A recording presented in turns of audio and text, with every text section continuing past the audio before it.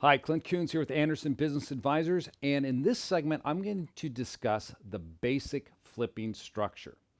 So if you just started, you've got your entity set up, and you're wondering, what do I do now? How do I put these entities to make them start working for me? How do I flip properties inside of these structures? Where do the flips take place? Well, in this segment, I'm going to cover that for you because I know a lot of people have questions on how to do that. So it starts off with your base entity. Where are you? How were you set up? Were you set up with a Nevada corporation, a Wyoming corporation, or an LLC tax as a corporation, or maybe you're set up with a corporation in your state? So depending on your structure, there's two different ways we go about this, and I'm going to draw those for you right now. So let's just take it as follows. We have option number one or option number two. Option number one is your state corp. That means a corporation was set up for you in the state in which you reside.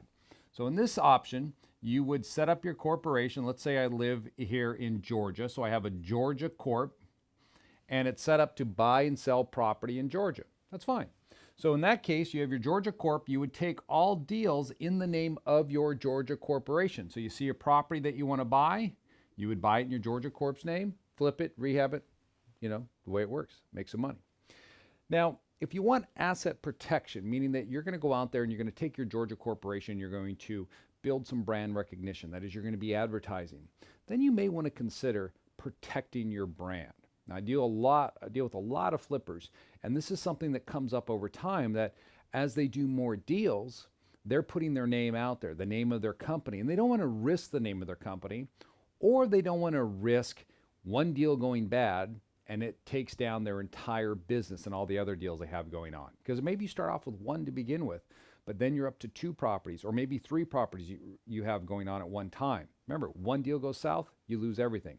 So you may consider this, that rather than buying in your corporation name, let's say I'm buying in Georgia, I will create an LLC in Georgia that's owned 100% by my corporation and do a flip in that deal.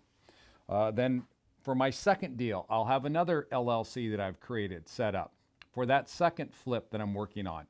So if anything goes wrong, let's say that this deal goes south right here, the second flip, then the only thing I stand to lose is that second flip, and everything else is protected. My corp's protected, the flip in the first LLC is protected as well.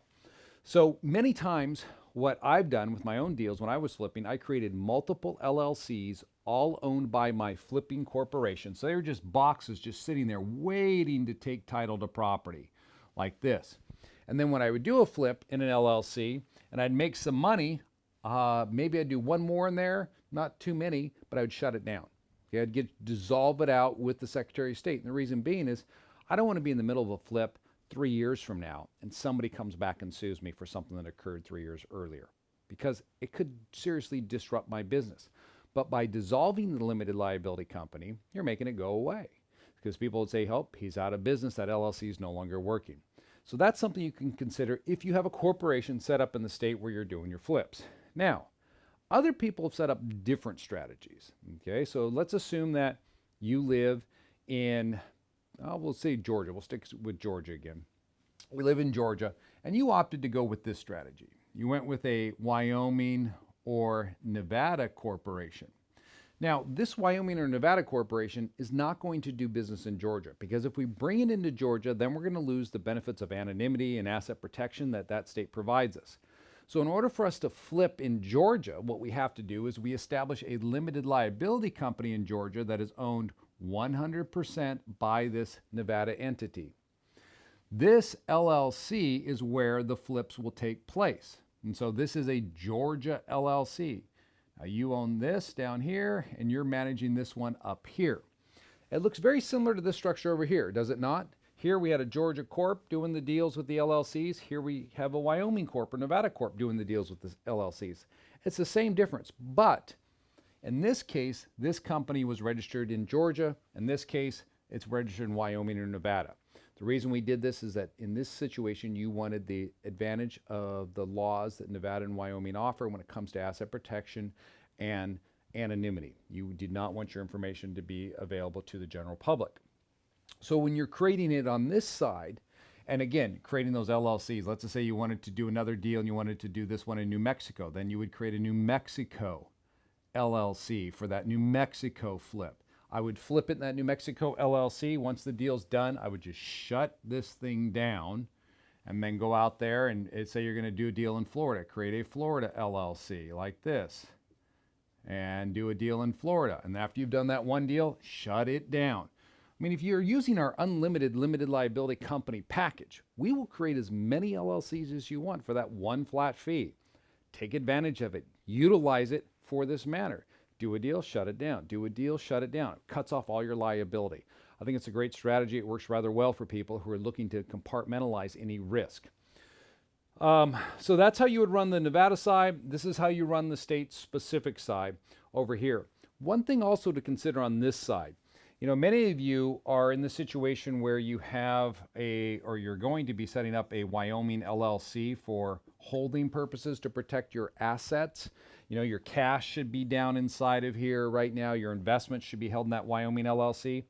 If you're in a situation where you're not in Nevada or Wyoming initially, but you have a local company or Georgia company, that stock could be taken from you by a creditor. So I suggest that you have your stock assigned to your Wyoming LLC to make the Wyoming LLC the owner of the corp, and then of course you're down here owning the Wyoming LLC. What does that mean?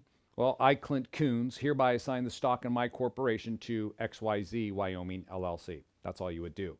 The benefit, of course, is that if somebody sued you, you could say you don't own a corporation, because you don't.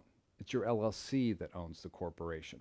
So that's a strategy that is available to you. And vice versa, if you were on this side and you had a Wyoming corporation, you could do the same thing. You could have your Wyoming corporation owned by your Wyoming Holding LLC. So that's where you're putting it, in that Holding LLC with your cash. You're putting your stock into there. Because remember, this company here is set up for asset protection to hold your safe assets. Stock is a safe asset. Now, what goes on up here with real estate, that's dangerous. That's why you're not seeing me put real estate in either of these two boxes. So when you're flipping real estate, this is the way it could be going, depending on your situation. My name is Clint Coons with Anderson Business Advisors, and in this segment, we covered how to flip real estate with your corporation, how it should be structured.